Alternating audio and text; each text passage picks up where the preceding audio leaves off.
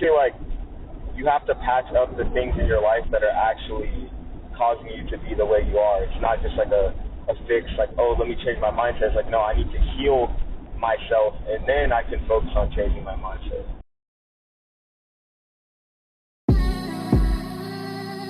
Is hustle culture wrong, or is it just how it's pitched to you?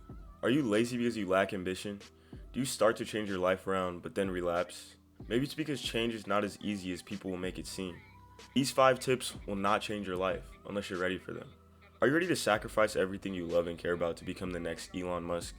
A lot of people will answer yes to this, until they start living a dreary, sad life and eventually burn out. While a small percentage will reach that success, but become empty inside.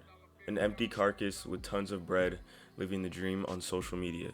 A lot of people use successful figures as examples, but you have to understand it's less about them sacrificing the things they love for success, and more about them sacrificing time and effort to do the things they love. Okay guys, listen. Here's the secret to not burning out. Loving what you do.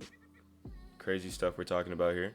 I don't think anyone wants to see the answer that's right in their face, because 90% of people don't know what they love to do. What's that naturally ambitious 20-year-old supposed to do while trying to figure out the thing he loves? Just sit there, read self-improvement books and meditate? They're way more likely to jump into dropshipping because a guy in an ad said his course will change lives. Face it, working on yourself mentally won't always bring the most obvious results. A lot of times you won't even notice your changes till others notice, because you are always improving, like a slope, constantly going up in linear fashion. Also, working on yourself doesn't directly put money in your pocket, so it's not as appealing. You have to understand that everyone has a different path in life. Others might have found what they love when they were still a kid, others might figure it out in their early 20s, and some might not figure it out at all. But one thing's for sure, I can guarantee you do not want to be that person who never found it, because they were afraid to try new things and take risks.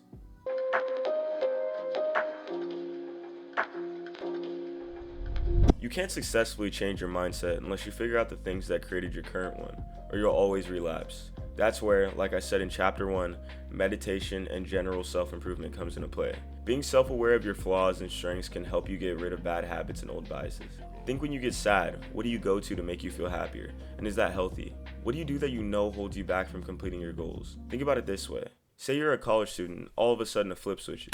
After you watch this video about a powerful businessman's 5 best tips to make it in business, the businessman talks about the things he does to be successful.